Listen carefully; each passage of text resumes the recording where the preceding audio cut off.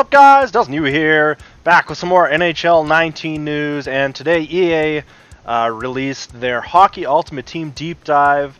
If you guys want to check it out in depth, link will be in the description. Otherwise, I'm just going to run you guys through kind of what is in the blog article and what you can expect from NHL 19 Hockey Ultimate Team. So there's kind of three big things happening with Hockey Ultimate Team and NHL 19. So kind of the big first one is Alumni and Legends. Second one is the HUT features. And then the quality of life changes. Alright, so first up is Alumni and Legends. So they announced that there's going to be over 200 Legends and Alumni. Starting off with the Alumni players, there's going to be over 140 Alumni players in the game. You're going to be able to find these in any pack with prospects of a gold player, which means if the pack contents say that there is a gold player, there is a chance of getting one of these Alumni players. There will be 30 Alumni players available all year round from launch, and the rest are going to be released in waves and as rewards for things like comp seasons. So there's going to be different ways to get a lot of these different Alumni players, and they're going to be kind of released throughout the year. Next up is Legends. So there's going to be 63 NHL Legends available and 4 ways to obtain those Legends. So there's going to be some sets, 32 sets to be exact available at launch, which will include 30 regular Legends and 299 overall, including Wayne Gretzky. My other thought might be, I'm just going to throw it out there, Mario Lemieux. I don't know. That'd be kind of a nice one. You get a left and a righty. The 99 overalls are going to each require 45 Legend collectibles, which you will obtain by completing the other 30 Legend sets. Within those 30 Legend sets, you're actually going to be able to upgrade that particular Legend 3 times, and each time you do, you can get a Legend collectible.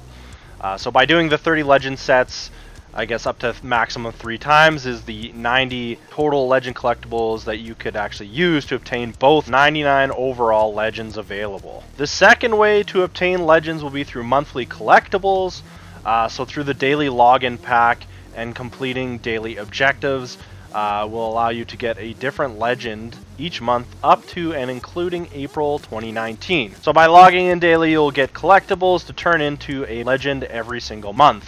So that gives you a good incentive to come back every day. The next way to obtain Legends is through milestones. So there's going to be 7 different Legends that you can get by completing milestones, and all the way up until completion of the milestone. So I'm assuming there's going to be different tiers. You'll actually get a lone player of that item, and it'll increase every time you get the next tier of the milestone up until completion, which I'm assuming you'll get the full end version. And the last way to obtain Legends will be Legend packs. So these packs are going to not always be available, but they will give you a guaranteed Legend player from a pre-selected pool. My hope would be that they would be choice packs, but I guess a random Legend will also be good as well. So after Legends and Alumni, the next big thing is HUT features. So there's 3 kind of big features that are being added. Not major features, but very nice additions to the mode. So first up is objectives. So daily objectives, progression objectives, and event objectives. So example would be completing sets, playing games, and winning games. And I'm assuming like scoring goals and stuff like that. Pretty standard thing nowadays in games. You can see that in things like Fortnite, PUBG, etc. Just some cool things to try and accomplish daily. The next one is milestones. So milestones are kind of like long-term objectives, but they will give you big rewards. So some examples would be like scoring 500 goals, earning 300 challenge stars, and maybe completing 50 objectives. These are examples. I don't know if that's what they would be exactly, but that's just off the top of my head to give you guys a good example. And then the third feature are lone players. So you've seen these predominantly, I think, in just FIFA, but potentially Madden. I'm not sure if Madden has lone players. But basically temporary players that expire after so many games. And these guys will be available through challenges, objectives, and milestones. One of the big focuses this year in Hockey Ultimate Team is kind of quality of life changes. So that could be anything from fixing certain things in the menus to just balancing the economy to just changing how overall progression works. This is something that HUT's kind of needed for a couple years now. I would say like the peak was probably like NHL 13, 14, and then kind of new gen. It was still good, but it's kind of fallen off a little bit. So these are kind of big things to help the franchise along, which is great to see. So the first thing that you're going to see are kind of like rebalancing the economy. So lower overalls from 50 to 85, with exceptions to kind of like alumni and legend players. So you're going to see a lot lower overalls. Next up is changes to bronze, silver, and gold players. So this is going to be overall based on attributes, not leagues anymore. So I remember old gen, you kind of see that there was like a couple silver guys that were essential to doing collections. I don't think collections are coming back, but you're going to see something similar this year in how the overalls and the item type works. So I kind of have the breakdown below, but as you can see, overalls are going to be lower. And it's also going to mean that you're going to have NHL players who potentially might be silver rare, silver common, etc. So hopefully a bigger spread of overalls, and hopefully that kind of transfers over into gameplay, so you'll have fourth liners not looking like superstars. Even CHL players potentially might even be silver rares or golds. You never know. We'll see what happens. There are going to be changes to live content this year. So in the past there was a lot of daily content. So this year there's going to be less content, which equals less upgrades. They're also going to limit stuff. There's only going to be Team of the Week, Milestone, and Primetime player items, so no longer flashbacks, as far as I can tell. Events will also no longer have daily content, and then players can only receive one attribute boost per month. So any additional item within that month will see changes to their synergies rather than their overalls. The other stipulation that was added was that a single player can only receive one Team of the Week, one milestone item, and one primetime item each month. The only last thing that I wasn't too sure about was the article says, finally, since a player can only earn one attribute boost per calendar month, they will receive a +3 boost to their stats instead of a +1.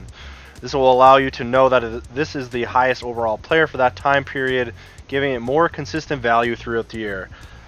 So my personal feedback there is it kind of doesn't really change the lower overalls if that's what the plan is. So let's say a McDavid or a Crosby is an 85. If they're consistently getting a +3 every month, because I'm assuming they're going to have at least one item every month, they're still going to hit 99 by January or February. So that kind of, I don't know, I find that kind of takes away the fact that you're lowering overalls. So I'm not 100% sure if I'm on board with that, or maybe I'm just misreading what that says. But regardless, that kind of worries me a little bit, especially if they are lowering the overalls. Next up, we got some changes to packs. So all types of players will be available in all base packs. So example, you can find a gold in a bronze pack, and you can find bronze in gold packs. So all the base packs will have all different types of players in it, regardless of what type of pack you buy. You will still receive a certain probability of pulling certain items. So like I said, even if you have a gold pack, you can still get a bronze player, but you could still get gold players, or vice versa. The next thing is each pack will have a specific price point. So in the past, I believe certain packs had the same kind of like coin purchase value. So each base pack now will actually have a very specific price point, and none of them will be the same. And then the last thing is that player item only packs will be available regularly, but not always. So we've seen this in the past, your rare player pack or whatever with the 10 player items kind of thing. So those look like they're coming back. I don't know how they're going to look, but definitely interesting changes to packs alongside with the overalls. I think, again, is going to slow down progression, which is going to be awesome. The next big change will be new trade-in sets. I'm not going to go too in-depth into each one. You can see them on the screen right now. But basically, you're going to be able to turn 5 of each type of item into the next upgrade item. So just for example, you'll be able to turn 5 bronze rares into 1 silver common, etc. And then lastly, you're going to be able to turn 5 gold rares into 1 gold collectible. All of these sets will have specific cooldowns, so you can't just spam the same set over and over to exploit and get better items. The last few things on quality of life changes. So simplified consumables, so there will only be 1 contract and 1 healing item each. So basically, a 15-game contract, and 1 healing all, which has been needed forever. Position lock has been removed, so you can no longer position lock in online seasons or competitive, etc. And lastly, single player offline seasons have been moved to hut challenges to provide a more engaging user experience. So instead of having an offline season, basically now you can just go to hut challenges, and that's the exact same thing that you were already playing, except it's going to be in challenges rather than just another tile. So that's basically the hut deep dive. If you guys want to read the blog article in depth, again, link will be in the description. The only big thing, other thing to note, I guess, is for owners of NHL 16, 17, or 18 who return to 19, packs and items will be awarded incrementally for each year of ownership. So basically you get 2 hut packs for your first year of ownership, 3 packs for the second year, and 5 if you own all 3. You also get a 1 hut cover athlete item per year of ownership. So Jonathan Toews for 16, Tarasenko for 17, and McDavid for 18. So if you own NHL 16, 17, and 18, you will receive all 3 of these guys, as well as the 5 packs. But that's going to do it for me. Hope you guys enjoyed. If you did, please leave a like, and if you haven't done so, subscribe to the channel. I will be bringing a lot of NHL 19 content. But otherwise, we'll see you next time. Thanks for watching, guys.